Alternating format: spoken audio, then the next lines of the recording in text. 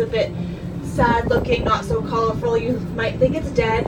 No guys, this is not dead coral reef. This is very, very much alive. Actually, one of the most lively coral reefs in the entire world here on the Big Island. And the reason it looks this way is just because of the color absorption phenomenon. We do lose color down here. I'll give you a demonstration later on in the dive that explains that. But just because of all the publicity of coral reef this weekend, I should start with this coral reef is very, very much alive, guys. Now out there starboard side, you guys already have a couple fish out there to note. That very colorful fish with the wings flapping around, kind of blue, purple, orange. That's a parrotfish, very important to us here in Hawaii. Then you have this huge school of fish out there starboard side, kind of a cigar shaped with a forked yellow tail. That is the owama, guys. It's a very important fish to us here in Hawaii because it was very sacred for the Hawaiians. It is an endemic species. That means it's found nowhere else in the world except here in Hawaii. Now starboard side, you have a pretty decent school out there. Do me a favor, Steve, you can try and spot the leader of the owama. Here you go, port side. You guys are now getting a large school as well. Port side, see if you can spot your leader. Typically stays leader between 4, sometimes 8 years. He's referred to as the Barack Owama. Oh, if you guys didn't think that's funny, you're gonna have a really, really long dive in front of you, alright? I'm gonna apologize now for my subpar humor. I'm under quite a bit of pressure down here, right? So guys, that is the owama. It is an endemic species found only here in Hawaii. And when it's in a school like we're seeing currently, we know it's a juvenile. It prefers to be in a school when it's a juvenile for protection. Once it becomes an adult, it will venture off. And once it's adult, that's a very sacred fish to us. We actually no longer call it the owama. It begins being referred to as the vekea'a. And the vekea'a was sacred because it produces a type of neurotoxin that is very hallucinogenic. So the kapuna, or the leader of the spirit, would consume the vekea'a, have the vivid hallucinations, report back what they saw. So the fish that you guys are seeing right now, at least the adult version of it, is kind of the Hawaiians' version of peyote or ayahuasca. It was very sacred for them. Huge school out there for you guys starboard side. That must be a public school. Yeah. So you guys are probably noticing lots of white in the water column, lots of little white specks. Kind of looks like snow coming down on you guys. We do refer to that stuff as marine snow, guys, but all of that stuff is in fact plankton. So plankton is kind of a broad term. It means anything that cannot swim against the current. So that could be fish eggs, coral larvae, even a jellyfish is technically plankton. It cannot swim against the current. The plankton that you're seeing today, port side, got a queen triggerfish out there for you, passing a plate with some wings, silver plate with wings. That's a queen triggerfish. This plankton, guys, the plankton that you're seeing today is primarily phytoplankton. That means it's some sort of plant particulate. It does photosynthesize and provide our atmosphere with our breathable oxygen. So a good amount of our breathable oxygen comes from plankton, just like the guys you're seeing right now, or phytoplankton, I should specify. Now, port side, you guys are getting another school of fish out there, yellowfish, blue stripes running down its body. It's kind of a small school out there for you guys, port side. So that got a couple more coming down, port side again, yellowfish, blue stripes running down its body. That is the ta'ape in its native tongue, or the blue striped snapper. Now the name ta'ape gives something fairly significant away about that fish. There's only 13 letters in the Hawaiian alphabet, none of which are T. So ta'ape are not from Hawaii, guys. They're actually from Tahiti. We brought over the ta'ape in 1959. That's the same year Hawaii became a state. And we brought them over to be a viable food system for our increasing population. Unfortunately, we didn't think that plan through very far. Tahiti is tropical. Here in Hawaii, we are in fact subtropical. So we lack the main food source of the ta'ape. Without their main food source, they don't get to be the correct size for consumption. And they also don't have a very good shelf life, after about a day becoming kind of mushy, like fish jello, tapioca, if you will. So we don't eat that fish, guys. Now the population has gotten wildly out of control. We originally dropped about 2,000 outside of Honolulu Harbor on Oahu. They spread like wildfire across our reef. They are now unfortunately an invasive species. They have pushed our native snapper species into deeper waters in search for a new food source. Alright, now since we are diving on the Kona Reef, guys, that means I get to ask you a fun question. If anybody on board can name me the fish with the longest Hawaiian name. I got some locals on board, so I'm depending on you here.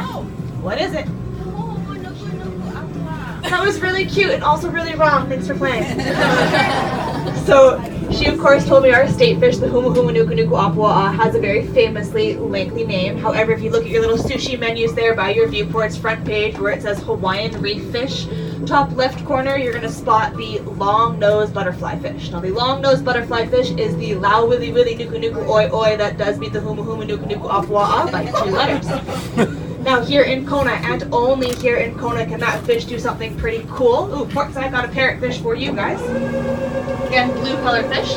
But the long-nosed butterfly fish can do something pretty remarkable here in Kona. It can actually turn itself all black, and we have no idea why. Researchers paid a huge amount of money to take a black long-nosed butterfly fish off the reef here in Kona, bring it back to Oahu for research. By the time they had brought it back to Oahu, it had, of course, turned back to yellow. So they have no idea why it chooses to turn black here in Kona, and only here in Kona. But when it does turn black, guys, we actually add LA to its name. LA is the Hawaiian word for black. So it becomes the Lau Willy Willy Nuku Nuku Oi Oi LA. Now that beats the Humu Humu Nuku Nuku Apua'a by 8 letters. Gives him the longest Hawaiian name for a fish.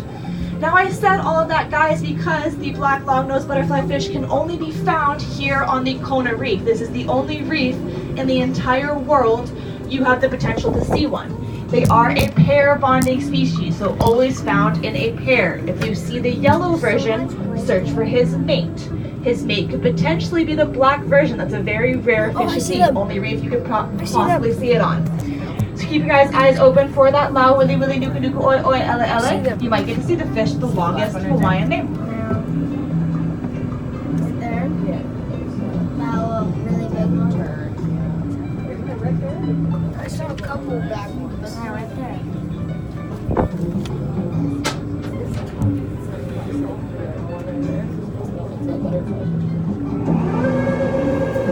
Alright, so both sides of the submarine, well, it looks like starboard side, you guys are actually going to get a great view of some Oreo cookie fish, kind of white in the center, then black around the rim. That's the Hawaiian Dacilus. It's an endemic species. And that fish is actually very territorial. If you get close to its house, it attacks you. It's not very large, so it won't do too much, but it will pull at your arm hairs, pinch you, do whatever it can to get you away from its home. So much so that we have nicknamed it the Chihuahua of the Sea. A chihuahua. Now, both sides of the submarine, I am spotting our most famous fish. You gotta look down into the reef for this fish. But fully yellow fish about the size of your palm. That is the yellow tang. The yellow tang was featured in Finding Nemo. He was Bubbles, the fish obsessed with the bubbles in the dentist's office. So Bubbles was the yellow tang, guys. What Finding Nemo forgets to tell you, yellow tangs are native to Hawaii. That would make Bubbles a Hawaiian fish. So yellow was actually a very sacred color. Yellow was the color of the ali'i, the royalty of the Hawaiians. So if you were not royalty, you couldn't have anything yellow colored. That includes a yellow feather or a yellow flower. You couldn't be catching a yellow fish. If you were caught catching one of these yellow fish, you would pay the price of the fish. Would you like to take a guess what the price would be? 200 grand, a little bit more than that. It was your life. Yeah, he got it. It's your life. You paid for this little yellow fish with your life. Which he is. So for that reason, we used to have an abundance of those yellow tang here So you in wanna catch Hawaii, one? so much so that when the waves would break, it appeared to have a golden hue to them. Unfortunately, since the 70s, the aquarium trade has picked up the yellow tang as the world's most popular saltwater aquarium fish. So we consistently lose about 500,000 of those guys per year to the aquarium trade. Now the reason you're seeing so many today is because we are diving on a marine sanctuary. So there is no commercial fishing, no aquarium trade within this 25 acres of marine sanctuary. So they do thrive down here. Now besides Bubbles from Finding Nemo, we also do have Gil. Gil was also in the dentist's office. He also had an injured fin. He's a Moorish idol. Moorish idols kind of look like angelfish. Black, yellow, white stripes running down their bodies. That is the Moorish idol. He's right But there. as far as having Nemo or Dory, guys, I'm so sorry. We have neither of those fish. If you have seen the movie, you know that Nemo is a clownfish. And that clownfish like to live within a sea anemone. That is a protection for them. They actually secrete a mucus, makes them impenetrable to the sea anemone's sting. Unfortunately, guys, we have no sea anemones here in Hawaii. Only friends, no anemones. So we do not have Nemo or Marlin. And as far as Dory goes, Dory is a Pacific Tang. That means she's native to Australia. So we don't have any Dory in our waters, but we do have a couple of her cousins.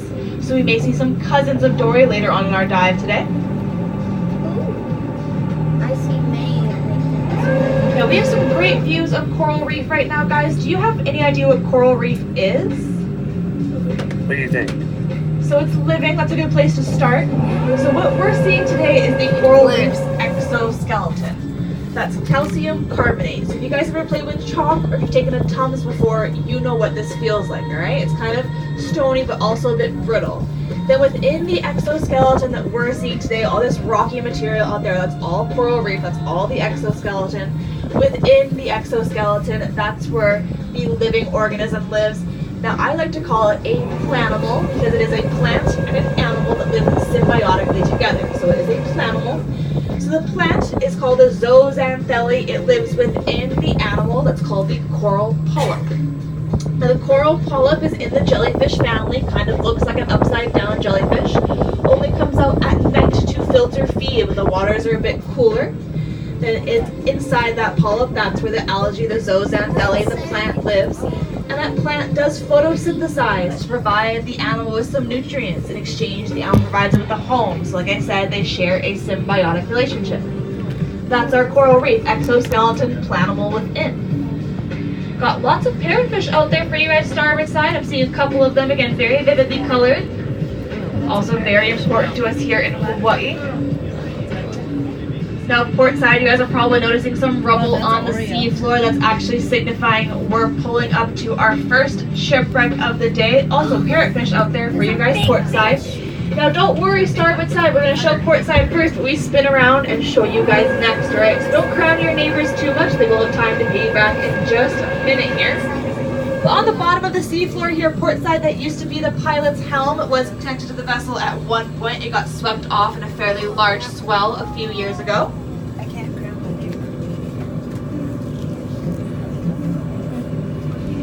And then we are pulling up to the Predator here, guys.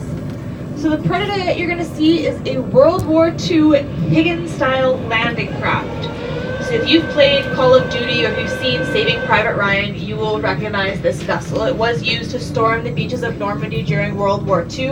In a minute, you will see its forward gate. Basically, they could pull this vessel up to the beaches, lower that gate, and then troops could storm straight out.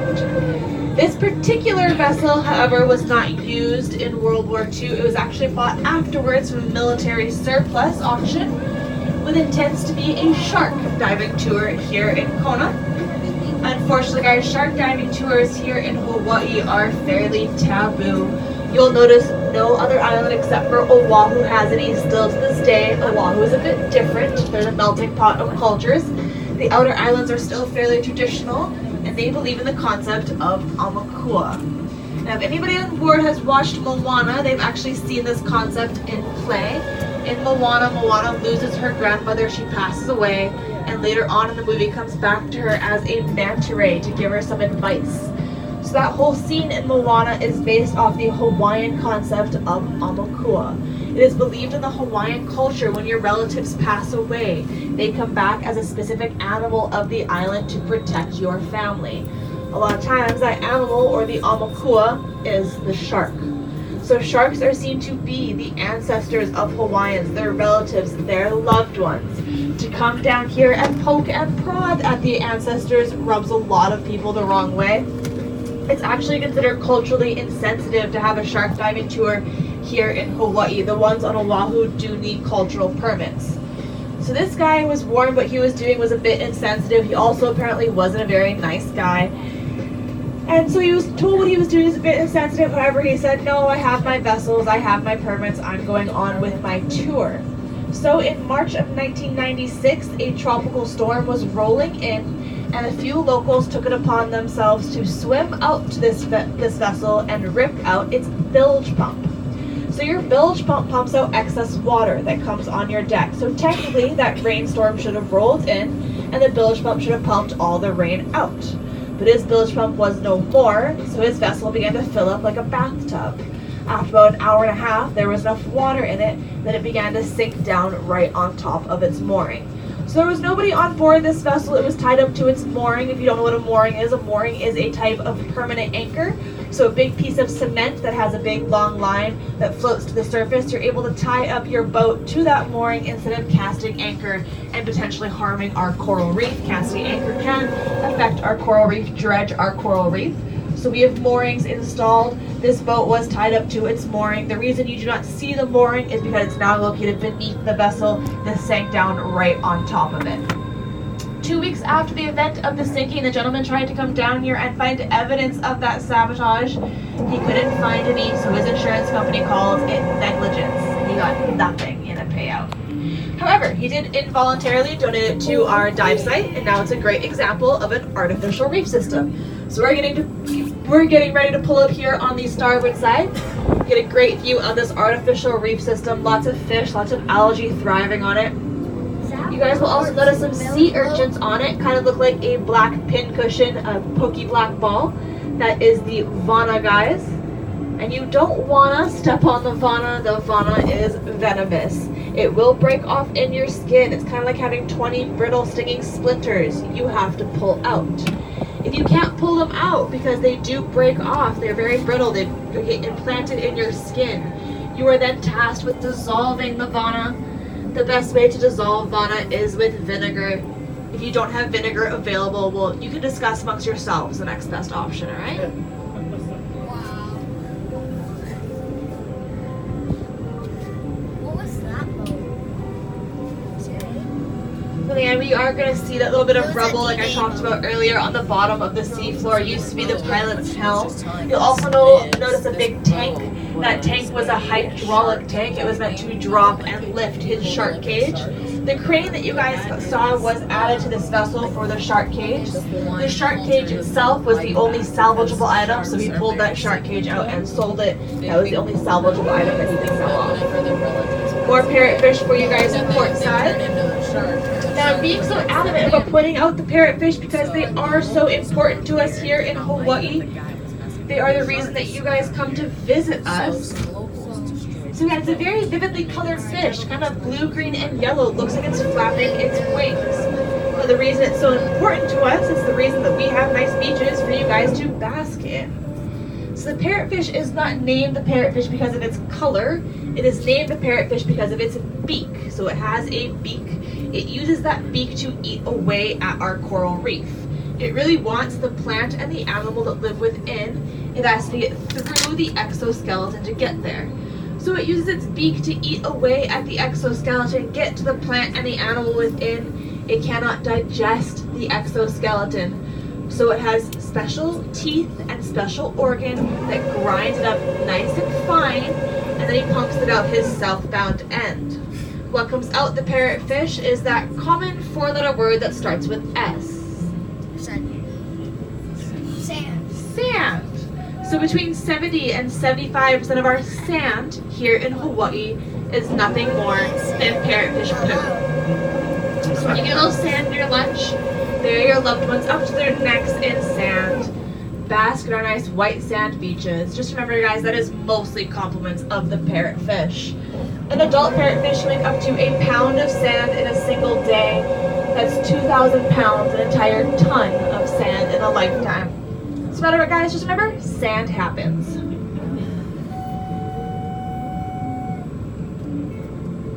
So my pilot has just informed me, folks, that we are heading outbound. And what that means is we've been kind of cruising in 60, 75 feet of water. We are now going 80 to 100 feet of water. As we do so, our coral reef system is going to begin to thin out. Like I mentioned, coral reef does have to photosynthesize. The correct wavelengths for photosynthesis won't reach down here. So no photosynthesis, no coral, no reef fish. Reef fish don't want to swim off the reef. That does make them plunge. So the fish that we're going to see down here are more of our predatory fish or our nesting fish that create their own homes. But now guys, I will explain to you that color absorption phenomena. As we're heading out into these depths, we will lose even more color. So after about 30 feet of seawater, you begin to lose the visible wavelength spectrum. So color is light, light is color. You guys saw everything